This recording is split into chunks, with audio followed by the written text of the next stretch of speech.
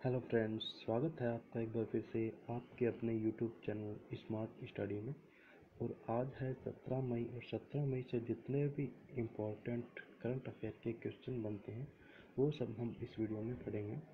तो चलिए शुरू करते हैं। पहला क्वेश्चन है, देवेश रॉय का मई 2020 में निधन हो गया है। किस उपन्यास के लिए उन्हें साहित्य अकादमी पुरस्कार से सम्मानित किया गया था?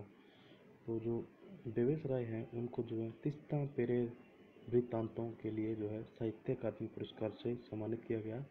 तो ये जो देवेश रॉय हैं ये एक बंगाली लेखक हैं और जो उनकी पहली पुस्तक थी वो जो थी राजती, जो कि उनकी पहली पुस्तक थी। तो इसका जो ऑप्शन नंबर 2 है तीस्ता पेरेर वृत्तांतों, सही ऑप्शन हो जाएगा।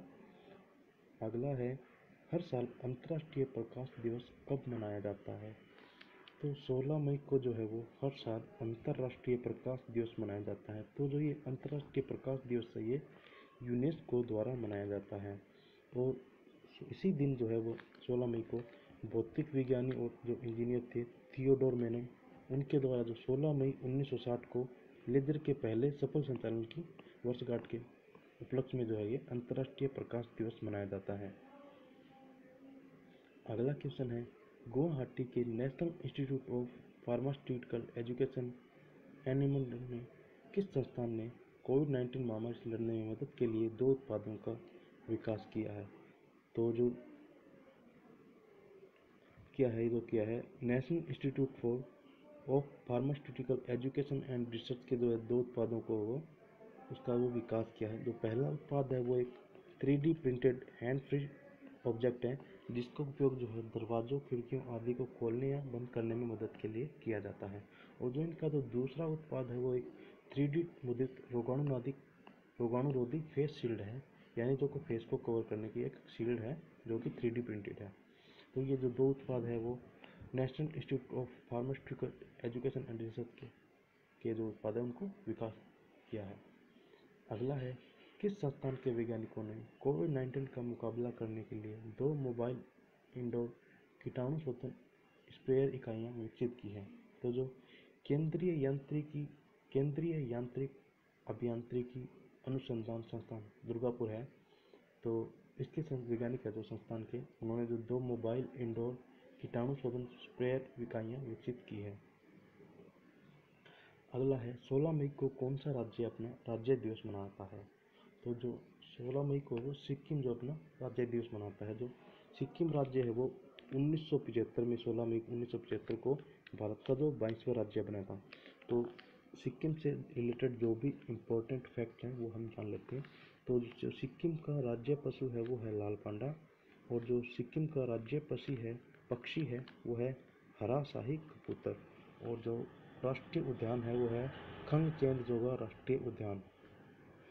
अगला है, अनीस उस्मान का मई 2020 में निधन हो गया, वह किस देश से थे? तो अनीस उस्मान जो एक प्रसिद्ध साहित्यकार थे तो वो बांग्लादेश से थे, जो उनका जो है मई 2020 में निधन हो गया। तो इसका जो पहला ऑप्शन है बांग्लादेश वो सही आंसर होगा।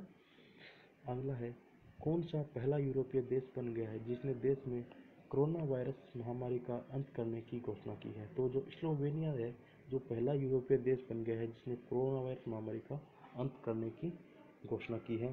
तो जो स्लोवेनिया की राजधानी है वो है ल्यूब्लियाना, और जो स्लोवेनिया की जो मुद्रा है वो है यूरो। तो अगला है, किस शहर के स्वास्थ्य प्राधिकरण ने घनी आबादी वाले क्षेत्रों और विशेष रूप से श्रम शिविरों में कोविड-19 परीक्षण के लिए एक अत्यधिक परिष्कृत मोबाइल इकाई शुरू की है? तो जो दुबई है उसके जो स्वास्थ्य प्राधिकरण ने जो घनी आबादी वाले क्षेत्रों और विशेष रूप से जो श्रम शिविर हैं उनमें कोविड-19 के परीक्षण के लिए एक अत्यधिक परिष्कृत मोबाइल इकाई शुरू की है। अगला है, मई 2020 में किस देश के राष्ट्रपति ने घोषणा की है कि वह भारत को वेंटिलेटर दान करेगा? तो जो संयुक्त राज्य के राष्ट्रपति है डोनाल्ड ट्रंप ने जो है वो घोषणा की है कि वो भारत को वेंटिलेटर दान करेगा। इससे पहले अप्रैल 2020 में जो भारत ने है जो अमेरिका को जो है वो 50 मिलियन जो है क्लोरोक्विन की जो है दवाइयाँ की जो प्रदान की है। अगला है, किसके साथ भारत सरकार और पश्चिम बंगाल सरकार ने दामोदर घाटी कमान क्षेत्र में सिंचाई सेवाओं और बाढ़ प्रबंधन में सुधार के लिए $145 मिलियन की परियोजनाओं के लिए ऋण समझौते पर हस्ताक्षर की हैं। तो जो एशियन इंफ्रास्ट्रक्चर इन्वेस्टमेंट बैंक है उसने जो है वो $145 मिलियन की जो ऋण देने के लिए है जो समझौता किया है भारत के साथ, भारत सरकार और पश्चिम बंगाल की सरकार के साथ। अगला है, सरकार समुद्री और अंतर्देशीय मत्स्य पालन के विकास के लिए कितने करोड़ रुपए की प्रधानमंत्री आवास योजना शुरू करेगी। तो जो है वो सरकार और जो अंतर्देशीय मत्स्य पालन के विकास योजना के लिए जो है वो 20,000 करोड़ रुपए की प्रधानमंत्री आवास योजना शुरू करेगी। अगला है, landing craft utility ship INLCU एल्स्टाउन को 15 मई 2020 को पोर्ट ब्लेयर में भारतीय नौसेना में कमीशन किया गया। यह कितने सैनिकों को ले जाने में सक्षम है। तो यह जो है वो 160 सैनिकों को ले जाने में सक्षम है और जो ये भारतीय नौसेना में शामिल होने वाला 7वां लैंडिंग क्राफ्ट यूटिलिटी MK4 वर्ग है। अगला है, मई 2020 में रक्षा मंत्री राजनाथ सिंह ने DTIS के लॉन्च को मंजूरी दे दी है। तो DTIS में टी का अर्थ क्या है। तो जो DTIS है वो है डिफेंस टेस्टिंग इंफ्रास्ट्रक्चर स्कीम। तो इसमें जो टी का अर्थ वो टेस्टिंग हो जाएगा। तो इसका जो ऑप्शन नंबर 2 है वो सही आंसर होगा, टेस्टिंग।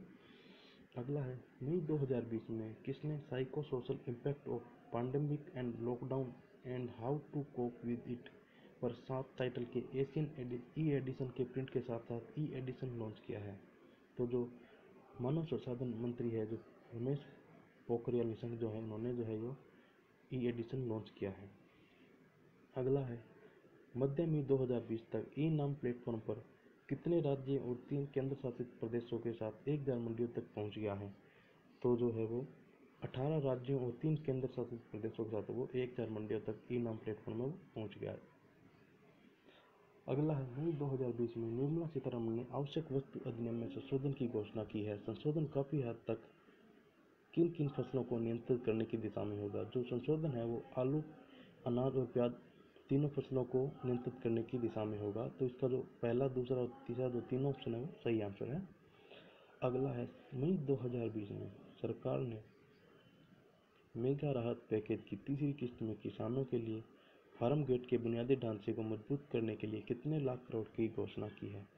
तो जो सरकार ने है वो 1,00,000 करोड़ रुपए की जो घोषणा की है। अगला है, मई 2020 में रक्षा मंत्री राजनाथ सिंह ने इंडियन कोस्ट गार्ड शिप सचेत और 2 इंटरसेप्टर नाव C-450 और C-451 कमीशन की है। तो जो गोवा में है वो 2 इंटरसेप्टर नाव C-450 और C-451 जो कमीशन की है गृह मंत्री राजनाथ सिंह ने। अगला है, जनजातीय मामलों के मंत्री अर्जुन मुंडा ने किसके साथ साझेदारी में going online as leaders programme launch किया है। तो जो अर्जुन मुंडा ने वो फेसबुक के साथ गोल प्रोग्राम लॉन्च किया है। अगला है, मई 2020 में किसके तत्वाधान में केंद्र ने एक नया निकाय राइस एक्सपोर्ट प्रमोशन फोरम स्थापित किया है। तो जो केंद्र ने राइस एक्सपोर्ट प्रमोशन फोरम जो नया निकाय जो भी स्थापित किया है वो कृषि और प्रसंस्कृत खाद्य पदार्थ निर्यात संवर्धन विकास प्राधिकरण APEDA के साथ में जो स्थापित किया है। तो इसका जो ऑप्शन नंबर 4 है वो सही आंसर हो जाएगा। तो आज की वीडियो में इतना ही। अगर वीडियो पसंद आए तो वीडियो को ज़्यादा से ज़्यादा लाइक करें, चैनल को सब्सक्राइब करना ना भूलें। Thank you.